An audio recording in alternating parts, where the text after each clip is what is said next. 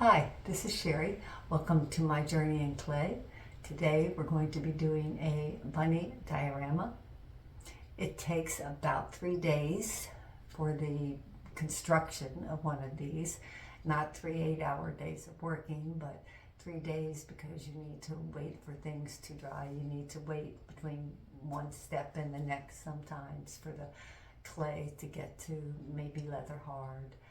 So I have condensed it as much as possible into about 50 minutes or so.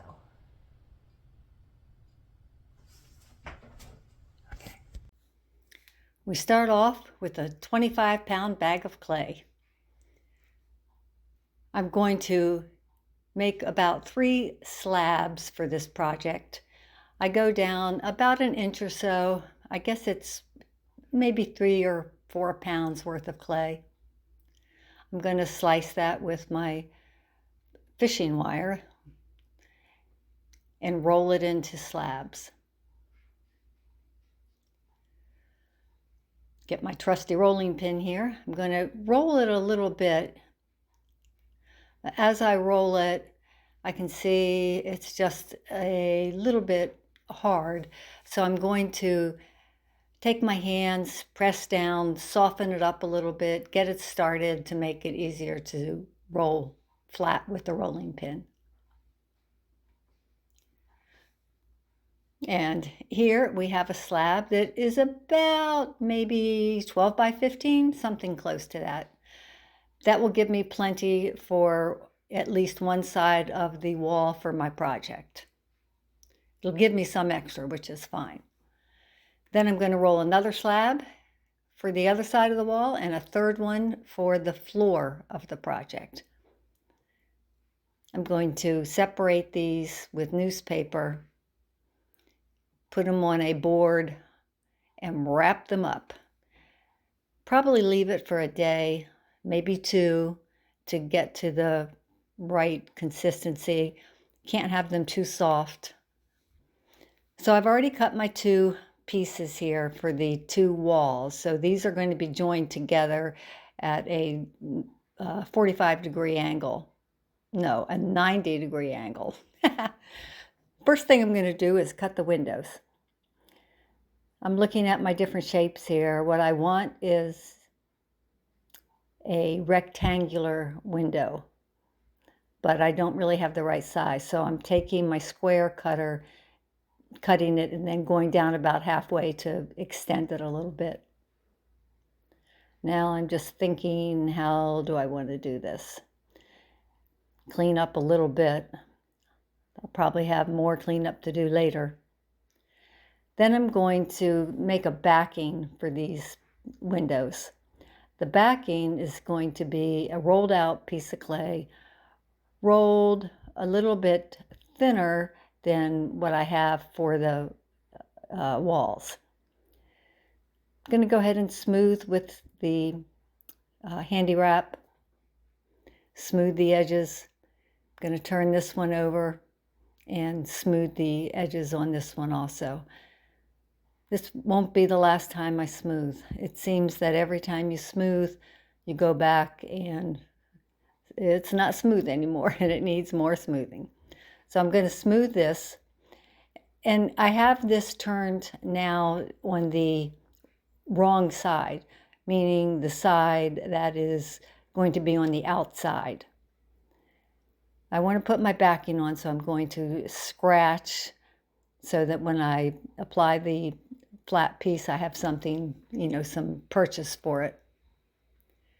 This little piece here is just the piece, one of the pieces that came from the cutout of the window. So that kind of gives you an idea of how much I'm going to thin it out by rolling it.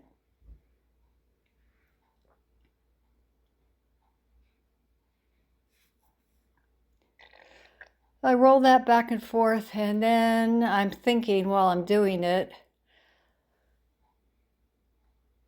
and I decide I don't really want that color for the backing of the window. So I went and got some white clay. I thought that might look nicer.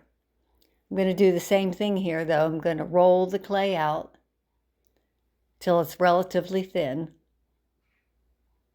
Then I'm going to cut it into shapes to put on the back of the wall here for the backing.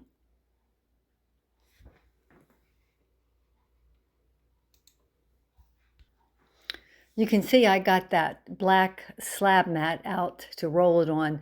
That's just because if I use that same surface that I've been using for the brown clay, then it's going to get onto the white clay. So I try to keep a separate slab mat just for when I'm working with the white clay. I'm going to apply some vinegar to where I've made the scratch marks, and then place my 2 thinly rolled pieces of white clay on the back there. I kind of size it up to make sure that I have enough. I don't want it overly big. Not that it would hurt anything, it's just that there's no point to it. But I want to make sure that I have plenty to hold on to, so that it's not too short. And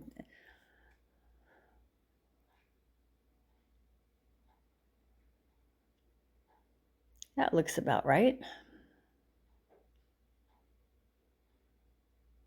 The first thing I'm going to do here is take a little tool and go all the way around with it. I'm going to use my fingers after this to smooth it out, but right now what I want to do is I want to make sure that that clay is really going to adhere to each other. So I'm going all around the seams, going to use this tool, which you can see pinches it down so that it's going to be connected.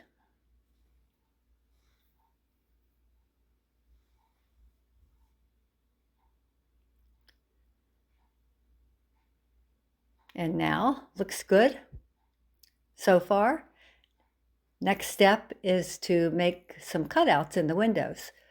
Sometimes I'll do fanciful cutouts with hearts and triangles, even flower shapes. But for this one, I've decided what I want to do is I just want to do some square cutouts so that it looks like a real window.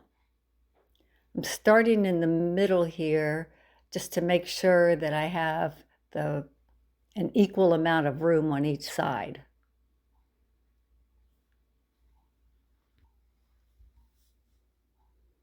The cutout that I'm using here, it's a clay tool. It's called I think they're just called cutouts, made by Kemper. And you can get these at any type of a hobby store. Clay supply stores also carry them, but places like Michael's, I'm not sure with the other ones, but I know that one, Michael's in particular, does carry them. Or like I say, the clay supply. And it has a little plunger in it, which makes it easy to make the cutout.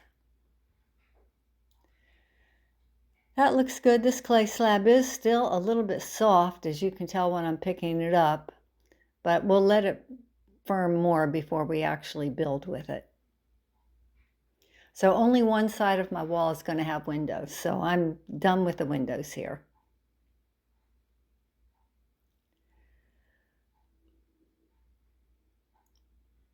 I want to make some designs on the walls. I want it to look like wallpaper on the upper portion of the wall, say about 2/3.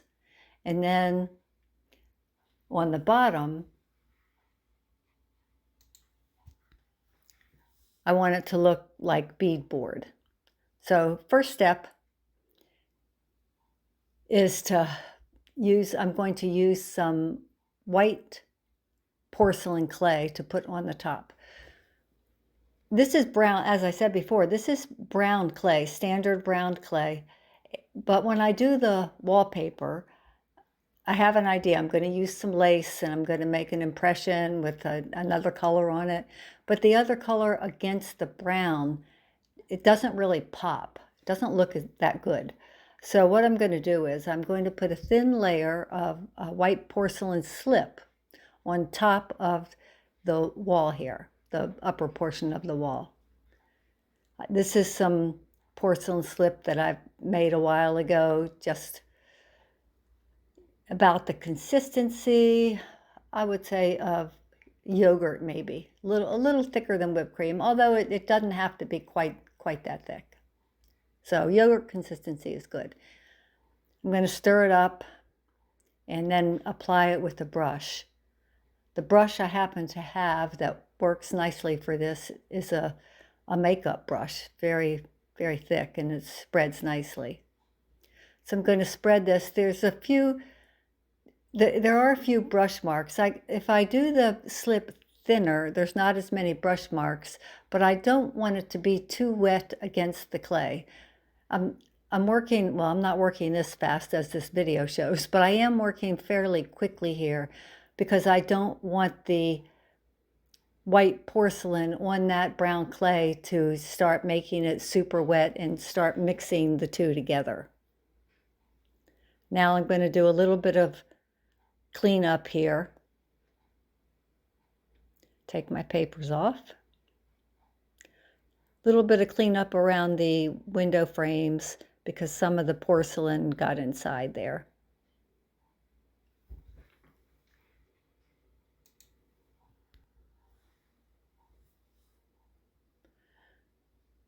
I'm smoothing it, and I'm also getting a little bit of that extra white porcelain clay off the edges. I'm going to set that aside to dry before I go to the next step.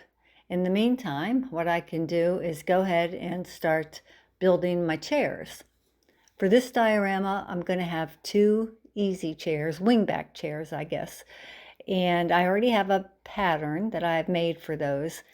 I'm going to try to use as much of the scraps that I have from other projects, and then I'll use some of the scraps from this project too if I need to, but I'm just trying to use some of them up. I smooth the clay, start making all my little cutouts. Again, I already have the pattern pieces, so I know that these are going to fit together. I needed a bigger piece here, so got the bigger piece, and I'm going to cut the rest of the pieces out for the chair. After I cut them out, I kind of place them to the side and don't put them together, but just kind of lay them out as to how they're going to go. So it's just a way of double checking to make sure I have all of the proper pieces and that I have them all cut out. So the ones I just cut are actually the arms, which I flipped around a little bit there, and then these are the wings. I'm going to smooth these quite a bit because this is a chair, and a chair obviously has mostly softer edges, so there's a lot of smoothing. I'm going to smooth all of the outside edges here, so that'll be the bottom cushion, the back, the 2 arms, and the 2 wings.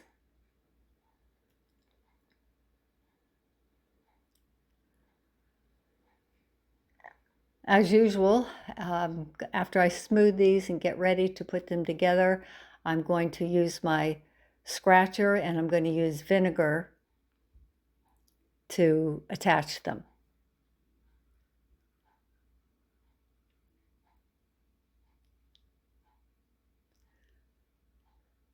Another reason to just sort of place these is to remember where to scratch them. You know, what piece goes on what piece. Does it attach to the side or does it attach on top? So I'm just kind of thinking that through. I'm going to put the back one first. Again, just placing that side piece there to make sure that I've got the scratch marks in the right place and I know what I'm doing before I start putting things together. Now I'm looking at the wings thinking, all right, well, I don't want these flush against the back. They're going to need to flare out a little bit. So I'm going to get a wire tool and cut at about a 45-degree angle here. And then I'm going to scratch those edges again before I start attaching.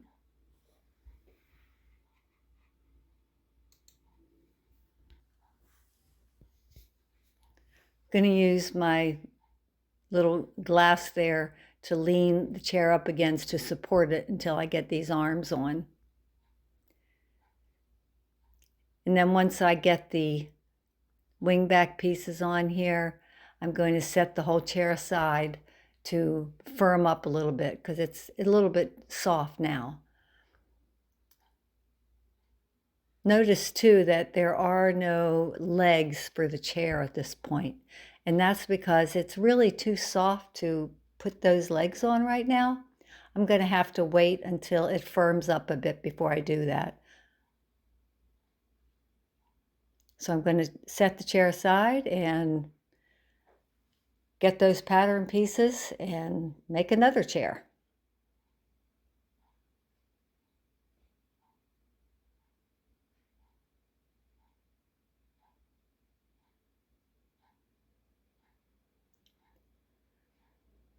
So I'll just use the same pattern pieces and do the same thing all over again.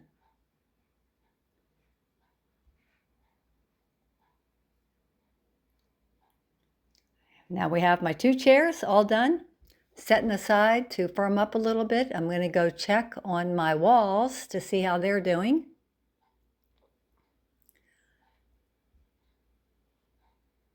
And then we'll start with the next step for the walls. Now you can see I have plastic all along the bottom. Where I've applied the porcelain slip, that clay is not going to dry out as quickly because I've put that wet layer of slip on it. So I put extra plastic all along the bottom there because I don't want it to, I want the whole piece to be evenly dried.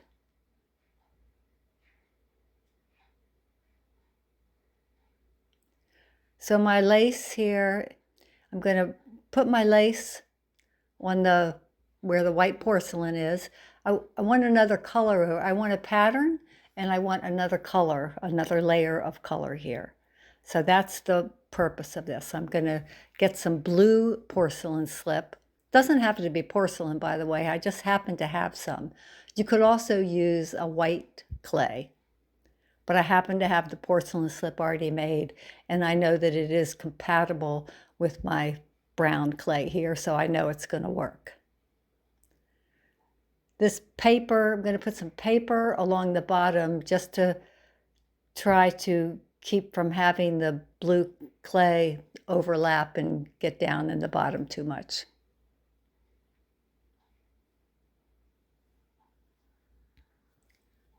Going to stir this blue porcelain slip. It's a little bit thinner consistency than the white was, but it will work just fine. Now for this, I'm going to use a different brush. I'm going to use a bit of a stiffer brush for this to kind of push it through all the little holes in that lace. Before that, I'm going to get my pony roller here, and I'm going to gently roll that lace so that it makes the pattern. This part is a little bit tricky because you don't want when you pick the lace up, you don't want it to bring any of the white porcelain slip up with it.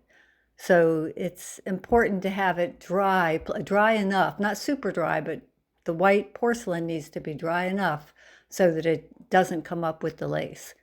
Now I'm going to take this blue, actually I think it's turquoise, that I've previously colored. I'm going to use this brush, which is a little bit stiff, as I said, and push it through. Again, I'm going to work not super fast, but I'm not going to dawdle around because I want to get this done fairly quickly so that the porcelain doesn't just start, how do I want to put this? It doesn't mix with the white and just sort of make a mess. So I want to get the blue painted on here and then pick the lace up.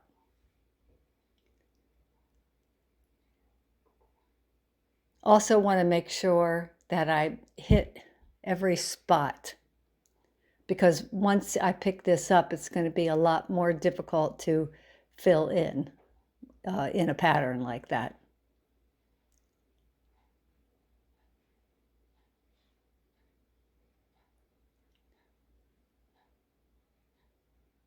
So I went to pick it up and then realized, wait a minute, I didn't get a couple little spots here, particularly the in between the two windows, which was kind of a mistake having that in between the two windows, but we'll make it work.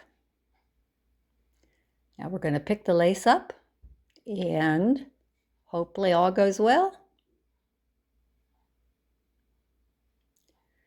Yes, it looks good. And I will take that lace and immediately go put it in some water in a bucket that I have to get the clay out because I don't want it to dry up.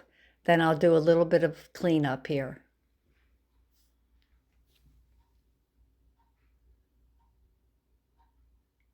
Once I do the cleanup here,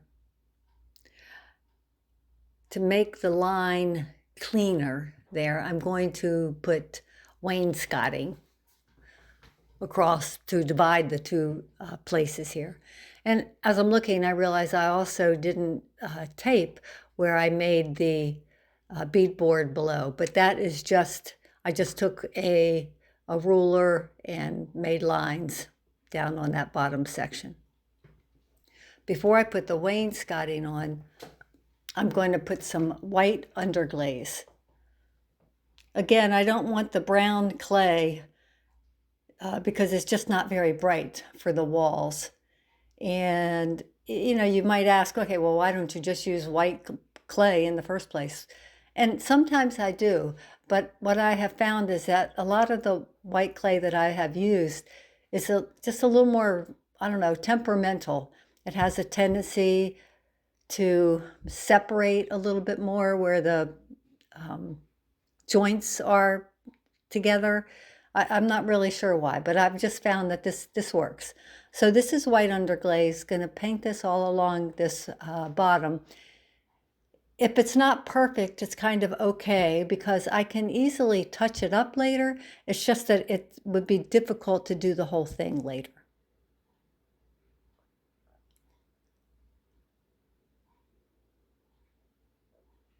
All right, the next step is the wainscoting. I'm going to go ahead and scratch all along where the wainscoting is going to go.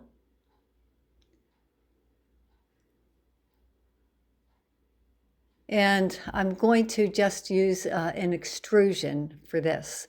So I do have some white clay, which I'm going to use in my extrusion and put it all along where I have scratched there. This is a clay gun, which I use for my extrusion. Clay gun can be found at clay supply stores or again at Michael's or whatever other hobby store that you might find. It's a, you know, kind of a standard item, and it has multiple different dies that you can use to get different shapes. For this one, I'm going to use, I call it a three-parter, like a clover. And it's kind of, the particular one I'm using is kind of big so that it, to me, it more mimics what the wainscoting would really be like.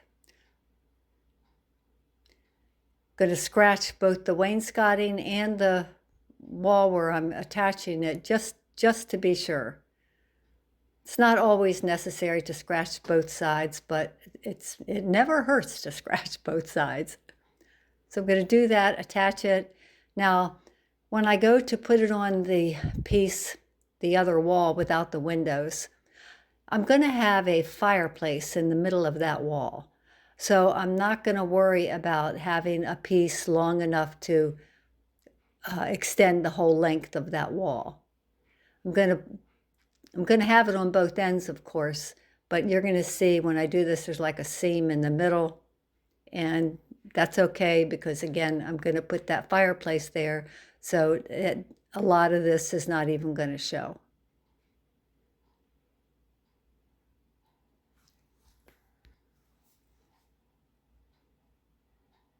Next thing I'm going to do is I wanted to do something a little bit different, so I tried a couple different things, but in the end I decided to use this little stylus with a little ball on the end of it.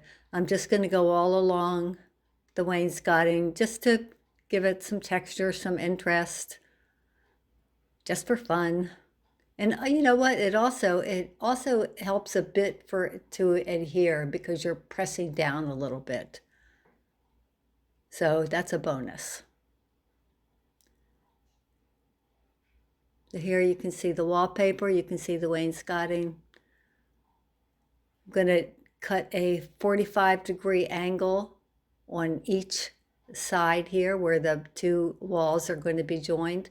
Notice I put my thumb up there where I have the wainscoting because I don't want the tool that I'm using to pull that off.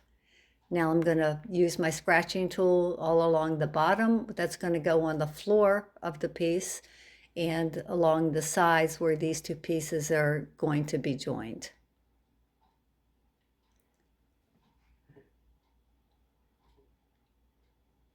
Now I'm going to put some extrusions around the window, and fortunately I don't show all my thinking time here because I was going back and forth trying to figure out exactly, should I use square extrusions? Should I use a 3-parter?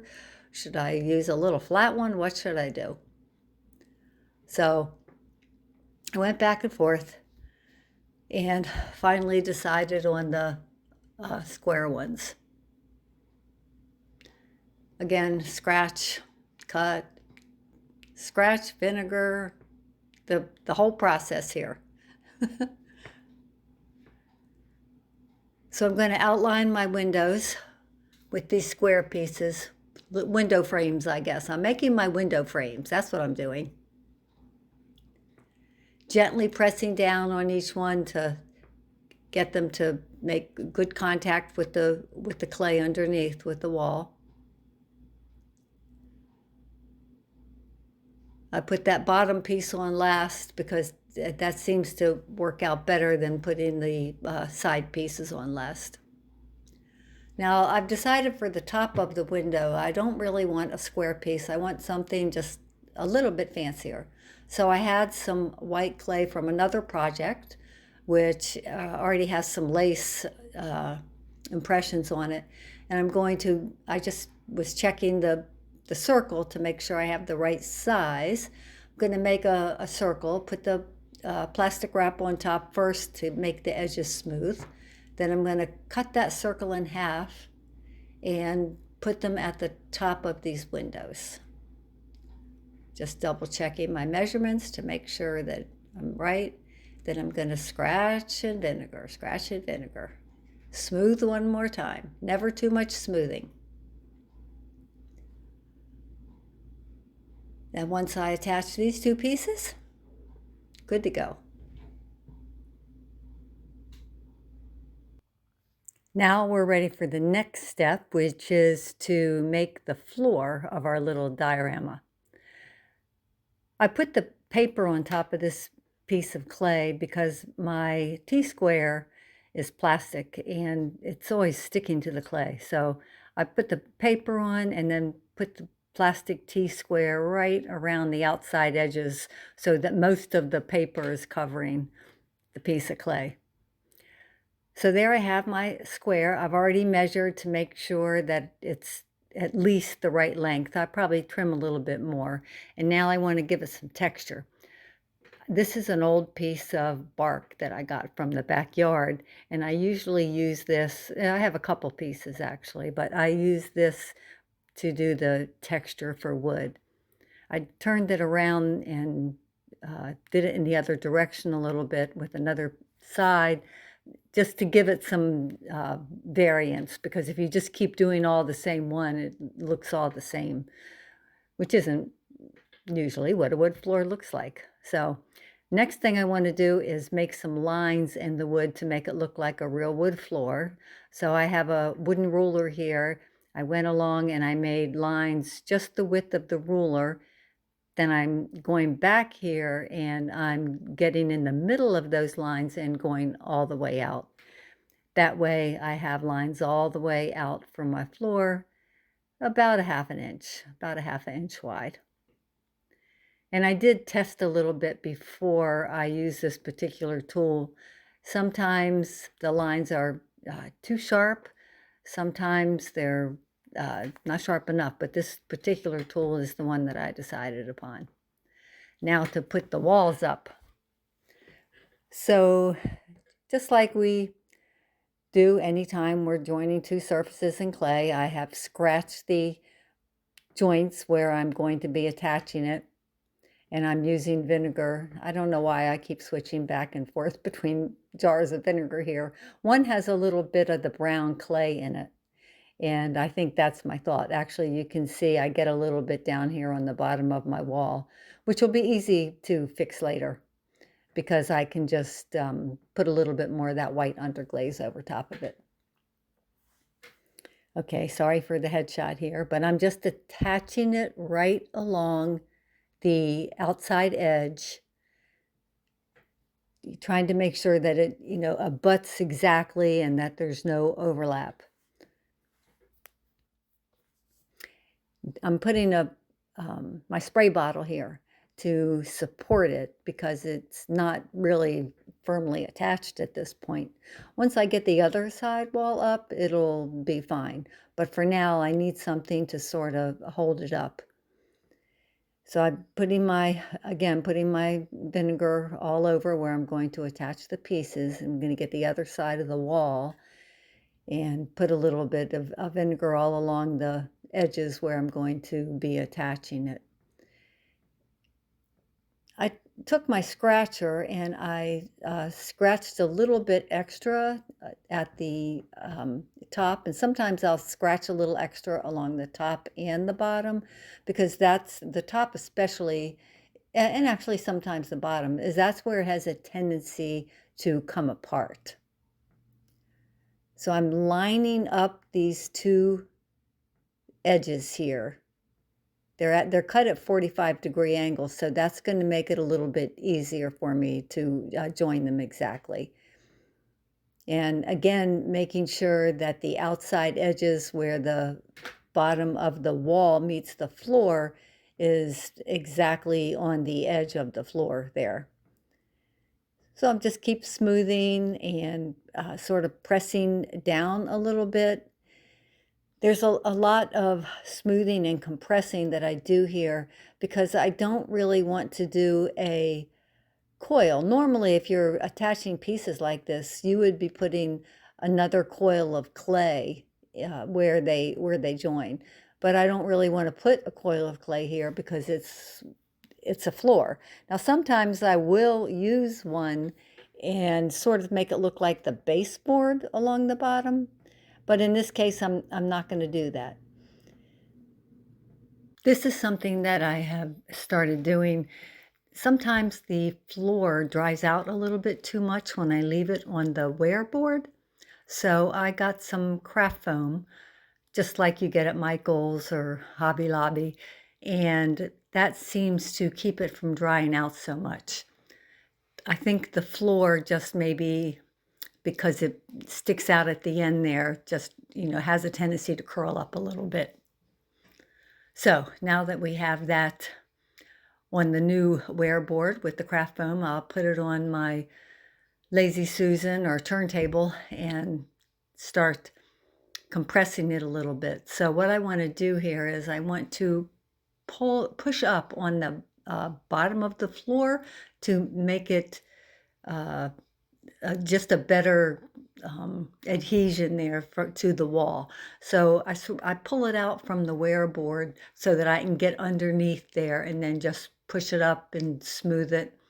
Do that on both sides, just, very carefully. Pull it out just enough to get underneath there and smooth it and push it up. Then I'll sign it and smooth it out a little bit more. And then while I'm waiting to do the rest of it, I'll just coat it in, or not coat it, but put plastic handy wrap on it to keep the other sides from drying out while I go on to the next phase here. So this handy wrap, it sticks really well. It's easy to put on. I'll use a trash bag too sometimes, a big piece of plastic to put over top.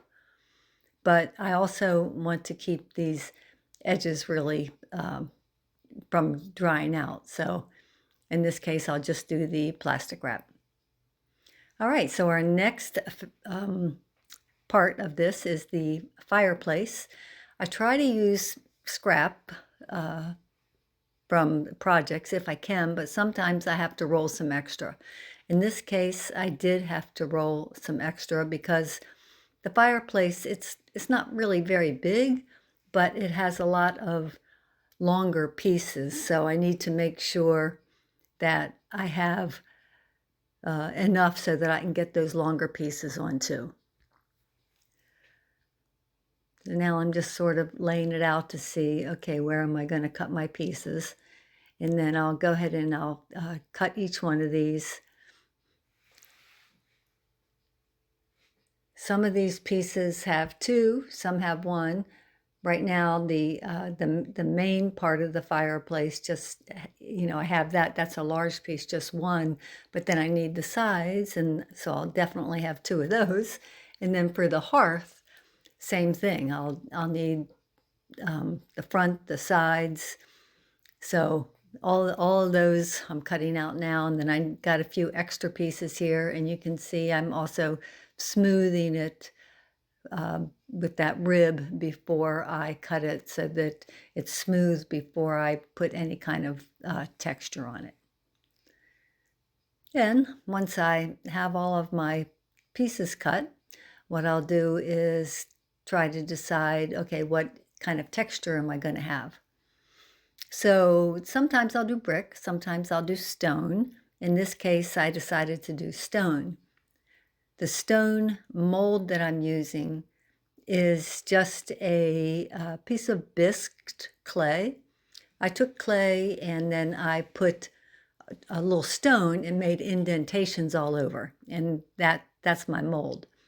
Then I bisque fired it, and then that's my mold. You just want to bisque fire if you're making a mold like that, so that it still has some absorbency, so that when you press the clay in, it doesn't stick at all.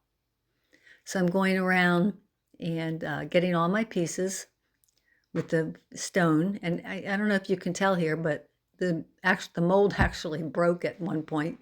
I think I probably didn't have the clay thick enough, and so at some point it broke, but it's still good. So for this fireplace, I'm going to have a rounded opening at the top. I'm going to use my cookie cutter here to make the round part at the top, and then as I progress making this, I will cut along the sides of that circle to go down, but I don't want to do it too far in advance because then the clay has a tendency to sort of go together where those loose ends would be. Now I'm just sort of looking to make sure that I have all of my pieces in the right place. Sometimes what I have done in the past is that the piece that I think goes on, I go ahead and I attach it, and then I realize that I have used the wrong piece. So I'm just double checking all that. And then for my mantle, I've decided that I want to do wood. So the fireplace will be stone, and then the mantle will be wood. And I'm going to make the wood impression on the top, and then I also want to make sure that I do it on that front edge and along the sides, because those are also going to show. I'm using that same piece of bark that I used for the logs that I did the fireplace in, but I noticed that the floor, but I noticed that the indentations, I guess they're just not as deep. I'm not sure. I might just have to go back out in the woods and get another piece. So we'll start joining all these pieces. And you can see now I'm going to cut those two sides.